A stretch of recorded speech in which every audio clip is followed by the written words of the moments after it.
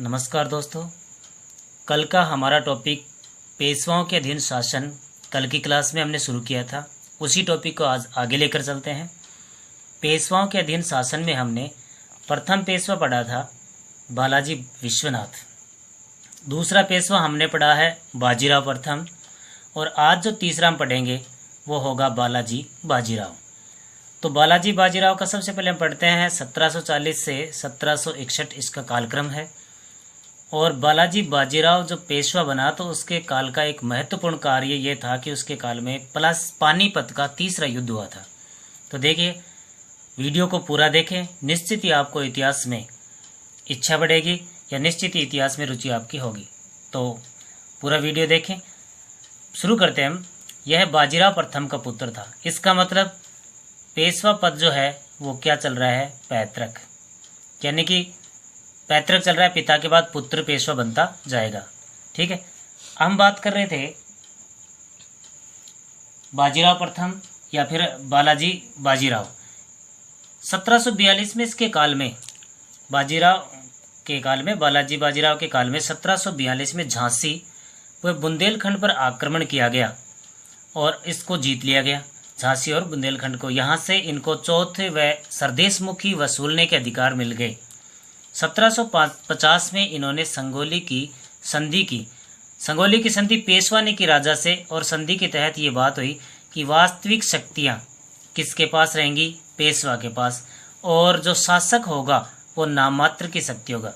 यानी कि पेशवा वास्तविक शक्ति बन चुका था। कब बन चुका था? 1750 में। और इसकी वास्तविक या औपचारिकता जो है वो संगोली की संधि में हो चुकी थी। नहीं तो पेशवा ने अपनी शक्तियां हैं वो पहले ही हाथ में ले ली थी, लेकिन इसकी औपचारिकता हो चुकी थी संगोली की संधि में। शासक वर्ग अब सिर्फ नाममात्र का रहेगा और पेशवा ही वास्तविक शासक रहेगा। नेक्स्ट हम बात करें 1752 में भलकी की संधि हुई। भलकी की संधि के तहत हैदराबाद का निजाम होता है। इस निजाम ने संधि की मराठों से, यानी कि बालाजी बाजीराव से, और बराड़ का आधा भाग मराठों को दे दिया। कौन सी संधि के तहत? भलकी की संधि। देखो, हम क्रम से चल रहे हैं। 1740 में शासक बना है या पेशवा बना है। 1742 में झांसी और बुंदेलखंड को जीता है। 1750 में संगोली की संधि से वास्तविक शक्तिशाली बना है। 1752 में भलकी की संधि से चौथ और वसूली की सहायता, यानी कि बराड़ का क्षेत्र जो है वो वसूल लिया। अब मोस्ट घटना जो है वो है पानीपत का युद्ध। अब जो ये पानीपत का युद्ध है वो कौन सा युद्ध है? तीसरा युद्ध है। हमें जानते हैं इतिहास में पानीपत के 3 युद्ध प्रसिद्ध हुए। इतिहास में पानीपत का पहला युद्ध था, पानीपत का प्रथम युद्ध जो था वो था इब्राहिम लोदी और बाबर के बीच। दूसरा पानीपत का युद्ध था वो था अकबर और हेमू के बीच। तीनों के तीनों युद्ध जो हैं निर्णायक युद्ध साबित हुए, भारत की राजनीति में मोड़ देने वाले युद्ध साबित हुए थे। तो देखो, युद्ध हुआ 14 जनवरी 1761 को। एक तरफ है अहमद शाह अब्दाली और एक तरफ बालाजी बाजीराव, या हम कह सकते हैं मराठे। एक तरफ मराठे और एक तरफ है अहमद शाह अब्दाली। अब्दाली जो है वो कौन है? वो है एक अफगान। कौन है? एक अफगान, और अफगानी शासक है। अफगानी शासक। तो देखो, इस युद्ध में क्या घटना घटी। बालाजी बाजीराव की तरफ हम देखें या इसमें मराठों की तरफ कौन थे? सबसे मूल व्यक्ति सेनापति सदाशिव भाऊ। सेनापति कौन था? सदाशिव भाऊ। इस युद्ध का मुख्यतः प्रश्न कई बार परीक्षा में पूछ लिया जाता है कि तोपखाने का नेतृत्व किसने किया। तो तोपखाने का जो मराठों की सेना थी ना, वो तोपखानों से सुसज्जित थी। तोपखाने का नेतृत्व किया था इब्राहिम खां गारदी ने। इसके अलावा साथ थे रूहेला सरदार हाफिज रहमत और अवध का नवाब सुजाउद्दौला। ये सब मराठों के साथ थे। अब साथ नहीं कौन थे उनकी भी हम बात करेंगे आगे। एक तो जाट शासक सूरजमल जो था उसका सदाशिव भाव से नहीं बनती थी। वो सदाशिव भाव को कई बार कहता था कि इस युद्ध में जो महिलाएं बच्चे जो आपके साथ है मराठों के, उनको वापस भेज दो तो युद्ध होगा। लेकिन सदाशिव जो भाव है वो इस युद्ध में उसकी बात नहीं माना। इसलिए जाट राजा महाराजा सूरजमल, जिसे जाटों का प्लेटो भी कहा जाता है, वो इस युद्ध में साथ नहीं थे। हाँ, आगे हम बात कर रहे हैं। अहमद शाह अब्दाली 10 जनवरी 1760 को मराठा सेनापति दत्ताजी की हत्या करके दिल्ली पर आक्रमण किया था। ये ही इस युद्ध का मूल कारण माना जाता है। क्या माना जाता है भाई? मूल कारण। उसने युद्ध करके अब इन्होंने पानीपत के दिल्ली के इस क्षेत्र को वापस भी जीत लिया था 22 अगस्त को। 22 अगस्त 1760 को जीत लिया था, लेकिन इस बात को अहमद शाह अब्दाली ने अपने लिए वैल्यू से रखा कि मैं इसको जीत के ही रहूँगा, और इसी वजह से आक्रमण हुआ है। यह एक अफगान शासक था। इसने भारत पर कुल 7 बार आक्रमण किए हैं। ये भी एक बहुत बड़ा प्रश्न है। अहमद शाह अब्दाली ने भारत पर कुल 7 बार आक्रमण किए हैं। ये जो आक्रमण था ना, पानीपत वाला आक्रमण, वो 5वां आक्रमण था। बहुत ही मोस्ट क्वेश्चन है।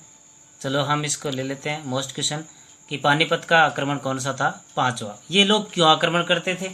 धन दौलत की चाह में, साम्राज्य विस्तार में, धर्म विस्तार में, इन सब में आक्रमण किया करते थे। ये जो युद्ध हुआ, इस युद्ध में मराठा सेना की हार हुई थी। हम ये जानते हैं क्यों हार हुई थी। उसके कई कारण हैं। मराठा सेना भूख और प्यास से परेशान थी। यहाँ तक कि एक सैनिक जो था वो दौड़कर आया था सदाशिव भाऊ के पास, जो कि सेनापति है। उसको ये कहा भी था कि प्रतिदिन एक एक सैनिक भूख और प्यास से मर रहे हैं। युद्ध से पहले की बात है। युद्ध तो 14 जनवरी 1761 को आया था।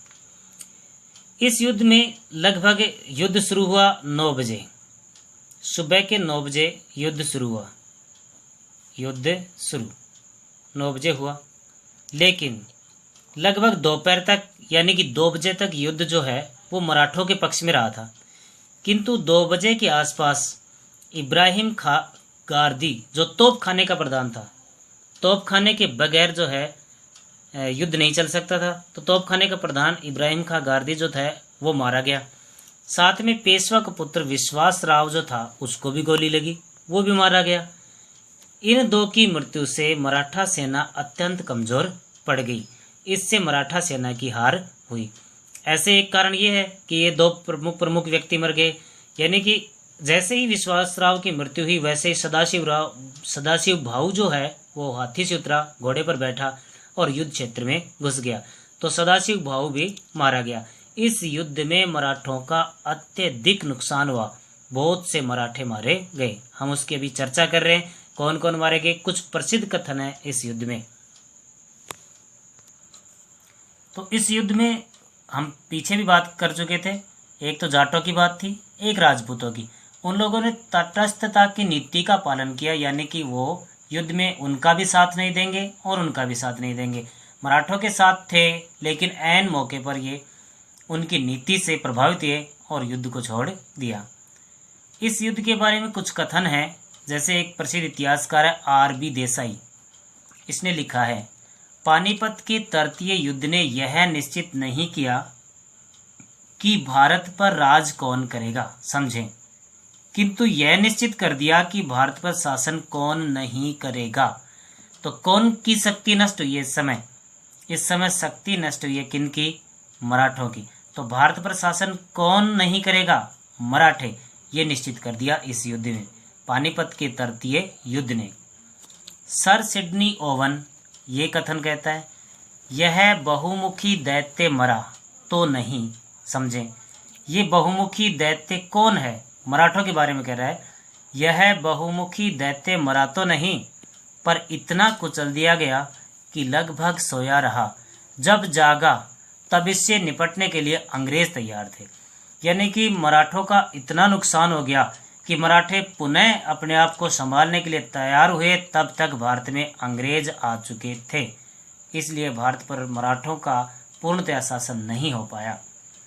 अगले इतिहासकार है जदुनाथ सरकार, आधुनिक भारत के प्रसिद्ध इतिहासकार हैं।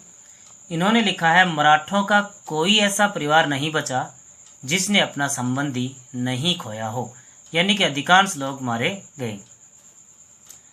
उसी समय की हम बात करें, काशीराज पंडित जो वहीं का लोकल व्यक्ति था, काशीराज पंडित जो है इस युद्ध को आंखों देखा हाल लिखा था। उसने इस युद्ध का आंखों देखा वर्णन किया है। ये प्रश्न भी कई बार परीक्षा में पूछते हैं कि किसने किया था? काशीराज पंडित ने। इस युद्ध के बारे में कहा जाता है कि 2 मोती नष्ट हो गए, 87 मोहरें चली गई और चांदी और तांबे का तो पता ही नहीं। यानी कि 2 मोती, एक वो सेनापति था और एक जो था वो था वो तोप खाने का प्रधान इब्राहिम खां गारदी।